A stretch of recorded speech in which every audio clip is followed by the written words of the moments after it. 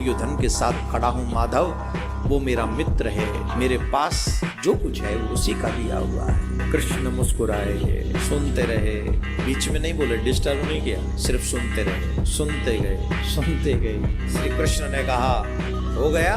बोले जी।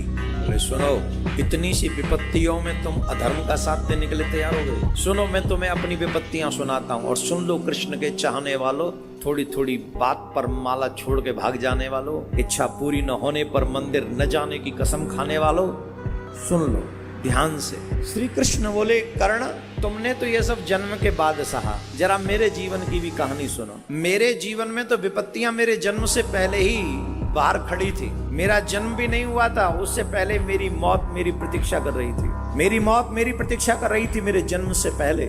मेरे जन्म से पहले मेरे जितने भी भाई हुए उन सबको मार दिया गया था, किसी और के हाथों से नहीं, मेरे मामा के हाथों से मार दिया गया था मेरे जन्म से पहले। क्या कहोगे कर्ण उस बात को?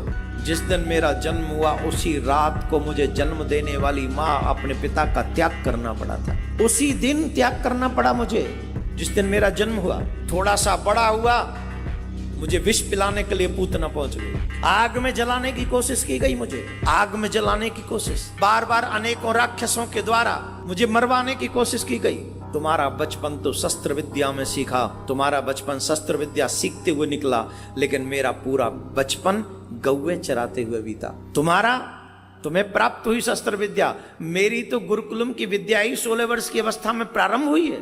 जन्म देने वाली माँ को छोड़ दिया कब? जन्म लेते ही। और फिर 11 वर्ष बाद उस माँ को भी छोड़ना पड़ा जिस माँ ने मुझे पाल पोस के इतना बड़ा किया।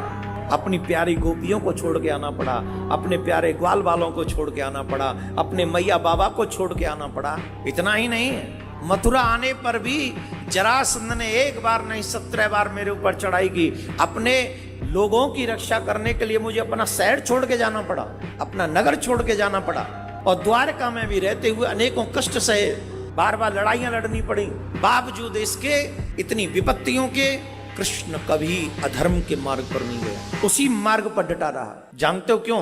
कितनी भी कठिन परिस्थितियां क्यों ना हो, कोई भी कठिन परिस्थिति तुम्हें अधर्म के मार्ग पर जाने के लिए परमिशन नहीं देती, आज्ञा नहीं देती है, कदापि नहीं देती। अगर मार्ग में सिर्फ कांटे ही कांटे हों, माना मार्ग में कांटे ही कांटे हैं, लेकिन मार्ग छोड़ के भागने से तो बढ़िया है अपना हर एक कदम सोच समझ के रखो कि तुम्हें अगला कदम कहां सुरक्षा प्रदान कर सकता है। एक एक कदम स्टेप बाय स्टेप रखो। किसी भी स्थिति में, कोई भी कठिन परिस्थिति तुम्हें अधर्म के मार्ग पर चलने की आज्ञा नहीं देती, बिल्कुल भी नहीं देती।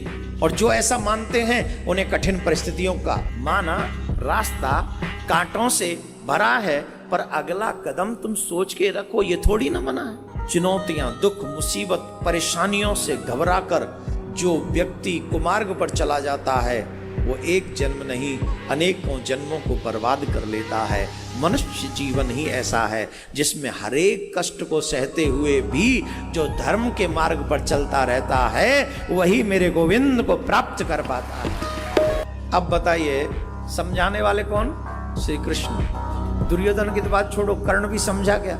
इतना सुंदर उपदेश भगवान ने दिया, इसके बाद भी कर्ण व्यापक धर्म को समझ नहीं सका। धर्म बड़ा व्यापक है। मनुष्य जीवन मिला ही इसलिए है जिसमें हम कठिन से कठिन परिस्थिति का सामना करें। अपने से जिनको हम भगवान कहते हैं, चाहे वो राम जी हो चाहे वो कृष्ण हो, उनके चरित्रों को पढ़ो और ध्यान से पढ़ो, और ध्यान से पढ़कर देखो कि कठिन परिस्थिति में भगवान ने भी कहीं धर्म का त्याग किया क्या? अच्छा, राम जी की तो बात अलग है, वो उन्होंने तो सीधे सीधे कहा कि जो हो जाए हो जाए, मैं तो कुछ।